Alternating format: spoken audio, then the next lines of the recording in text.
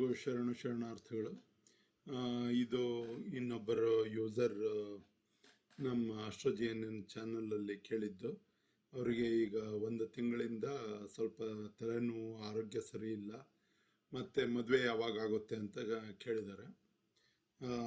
ಇವ್ರ ಲಗ್ನ ಇವ್ರು ಕೊಟ್ಟಿದ್ದು 6:10 PM ಅಂತ ಹೇಳಿದ್ದಾರೆ. ಇದನ್ನು ಇವರು ಹುಟ್ಟಿ 23/10/2005 ಬೆಂಗಳೂರು, 6:10 ಫಿಮೇಲ್. ಇದರಲ್ಲಿ ಏನಾಗಿದೆ ಅಂದರೆ, ಲಗ್ನ ಬಂದು ವೃಶ್ಚಿಕ ಲಗ್ನ, ಆಮೇಲೆ ಲಗ್ನದಲ್ಲೇ ಚಂದ್ರ ಇದ್ದಾನೆ. ಲಗ್ನ ಡಿಗ್ರಿ 2 ಡಿಗ್ರಿ, ಚಂದ್ರನ ಡಿಗ್ರಿ 4 ಡಿಗ್ರಿ ಇದ್ದು, ಮಂಗಳ 4ನೇ ಮನೆಯಲ್ಲಿದೆ. ಆಮೇಲೆ 6ನೇ ಮನೆಯಲ್ಲಿ ಬುಧ ಇದ್ದು, ಬುಧ ದಹನ ಆಗಿದೆ, ಅಂದರೆ ಕಂಬಸ್ಟ್ ಆಗಿದೆ. ಈಗ ಅವರಿಗೆ ಶುಕ್ರದಶ ಮತ್ತು ಕೇತು ಭುಕ್ತಿ ನಡೀತಾ ಇದೆ. ಶುಕ್ರದಶ ಕೇತು ಭುಕ್ತಿ ನಡೀತಾ ಇದ್ದು ಈಗ 1 ತಿಂಗಳಿಂದ ತಲೆನೋವು ಬರ್ತಾ ಇತ್ತು ಅಂತಂದರೆ, ಬೇಸಿಕಲಿ 10ನೇ ಸ್ಥಾನದಲ್ಲಿ ಮಂಗಳ ಬಂದಿದೆ ಈಗ ಗೋಚಾರದಲ್ಲಿ. ಈಗ ಇದು ಬುಧ ಕೇತು ದಶದಲ್ಲಿ 10ರಲ್ಲಿ ಮಂಗಳ ಬಂದು, ಕೇತು ಮಂಗಳ ಮತ್ತು ಗುರು 10ನೇ ಗೋಚಾರದ ಪ್ರಕಾರ ಇವರು ನೋಡ್ತಾ ಇದ್ದರೆ, ಗೋಚಾರದ ಪ್ರಕಾರ ಇವರಿಗೆ ತಲೆನೋವು ಬಂದಿರೋದ್ರಲ್ಲಿ ಏನು ಅಂತ ಡಿಫ್ರೆನ್ಸ್ ಕಾಣಿಸ್ತಾ ಇಲ್ಲ. ಬಟ್ ಬೇಸಿಕಲಿ ಏನು ಅಂದರೆ, ಇದಕ್ಕೆ ಪರಿಹಾರ ಏನು ಮಾಡಬೇಕು ಅಂದರೆ, ಇವರು ನನ್ನ ಪ್ರಕಾರ 6ನೇ ಮನೆಯ ಅಧಿಪತಿಯಾದ ಮಂಗಳ ಮತ್ತು ಅಲ್ಲಿ ಈಗ ಬುಧ ಮಂಗಳನ ಮನೆಯಲ್ಲಿದ್ದಾನೆ. ಬುಧನ ನಕ್ಷತ್ರವು ಬಂದು ಭರಣಿ ನಕ್ಷತ್ರದಲ್ಲಿ ಬುಧನ ನಕ್ಷತ್ರ ಇದೆ. ಮತ್ತು ಬುಧ ದಹನವಾಗಿರೋದಕ್ಕೆ ಮತ್ತು ಕೇತು ನಡೀತಾ ಇರೋದಕ್ಕೆ ಮಂಗಳನ ಧಾನ್ಯಗಳಾದ ಬೇಳೆ ಅಥವಾ ಕೆಂಪು ಮಾಂಸ ಈ ಥರದ್ದು ಏನಾದರೂ ತಿಂತಾ ಇದ್ದರೆ ಅವುಗಳಿಂದ ಸ್ವಲ್ಪ ದೂರ ಇರಬೇಕು.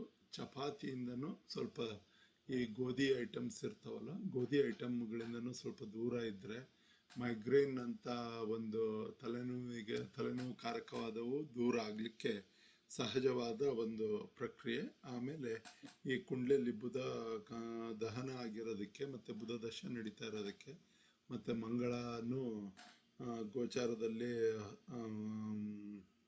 10 ಮತ್ತು 11ನೇ ಮನೆಗೆ, ಅಂದರೆ 10ರಲ್ಲಿ ಕೇತು ಜೊತೆಗಿತ್ತು, ಮತ್ತು ಈಗ 11ನೇ ಮನೆಗೆ ಬಂದಾಗೆ ಅಲ್ಲಿನೂ ಕೇತು ಜೊತೆಗೆ ಇದ್ದಿದ್ದಕ್ಕೆ ನನ್ನ ಅನಿಸಿಕೆ ಪ್ರಕಾರ ಇವರು ಇದನ್ನ ಮಾಡಬೇಕು.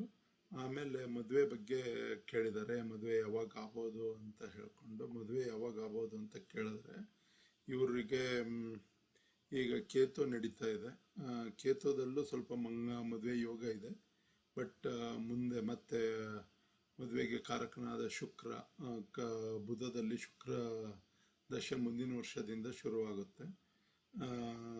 ಮುಂದಿನ ವರ್ಷದಿಂದ ಶುರುವಾಗೋದ್ರಿಂದ ಮುಂದಿನ ವರ್ಷ ಇವರ ಹುಟ್ಟುಹಬ್ಬ ಆದ ನಂತರ ಬಹಳ ಚೆನ್ನಾಗಿರೋ ಯೋಗ ಇದೆ.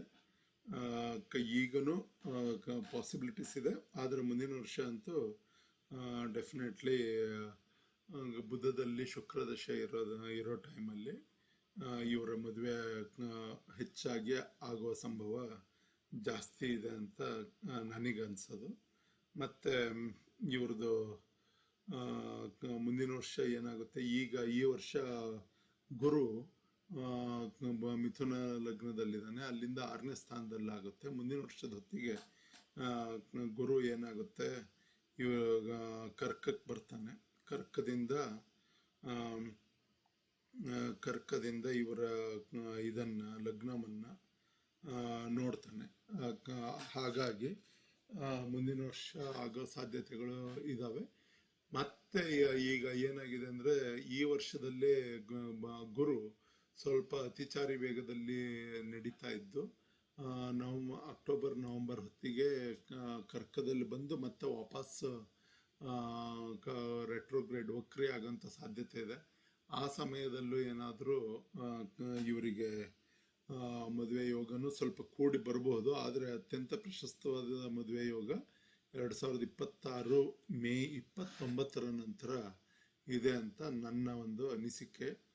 ನೋಡಿ, ನಿಮಗೆ ಮದುವೆ ಯಾವಾಗ ಆಗಿ ಕೂಡಿ ಬರುತ್ತೆ ಅನ್ನೋದನ್ನ ಕೂಡಿ ಬಂದಾದ್ಮೇಲೆ ಹೇಳೋದನ್ನು ಮರಿಬೇಡ್ರಿ. ಮತ್ತು ಈಗ ತಲೆನೋವಿನ ಬಗ್ಗೆ ಕೇಳಿದಿರಲ್ಲ, ನನಗೆ ಅನ್ನಿಸಿದ ಪ್ರಕಾರ ಆ, ಈ ಧಾನ್ಯಗಳನ್ನು ತಿನ್ನೋದು ಸ್ವಲ್ಪ ಕಡಿಮೆ ಮಾಡಿ ಮಂಗಳನ ಧಾನ್ಯಗಳಾದ ಇದು ಆ, ತೊಗರೆಬೇಳೆ, ಅದು ತೊಗರೆಬೇಳೆ ಮತ್ತು ಖಾರದ ಕೆಂಪು ಖಾರವನ್ನು ತಿನ್ನೋದು ಕಡಿಮೆ ಮಾಡಿ, ಅಂದರೆ ಈ ತಲೆನೋವು ಕಡಿಮೆ ಆಗೋವರೆಗೂ. ಈಗ ಮತ್ತೆ ಕೇತು ನಡೀತಾ ಇದೆ ನಿಮಗೆ, ಬುಧದಲ್ಲಿ ಕೇತು ನಡೀತಾ ಇರೋದಕ್ಕೆ ಅದನ್ನ ಕಡಿಮೆ ಮಾಡಿ, ಮತ್ತು ಚಪಾತಿಯನ್ನು ತಗೊಳ್ಳೋದು ಕಡಿಮೆ ಮಾಡಿ ನೋಡಿ. ಒಂದು 15 ದಿವಸದಲ್ಲಿ ಸರಿ ಹೋಯ್ತು, ಸರಿ ಇಲ್ಲ ಅಂತಂದರೆ ಮತ್ತೆ ಮೆಸೇಜ್ ಮಾಡಿ, ಮತ್ತೆ ಅದ್ರ ಮೇಲೆ ಇನ್ನೂ ಕೂಲಂಕುಷವಾದ ಪರಿಹಾರಗಳನ್ನು ನೋಡಲಿಕ್ಕೆ ಪ್ರಯತ್ನ ಮಾಡೋಣಂತೆ.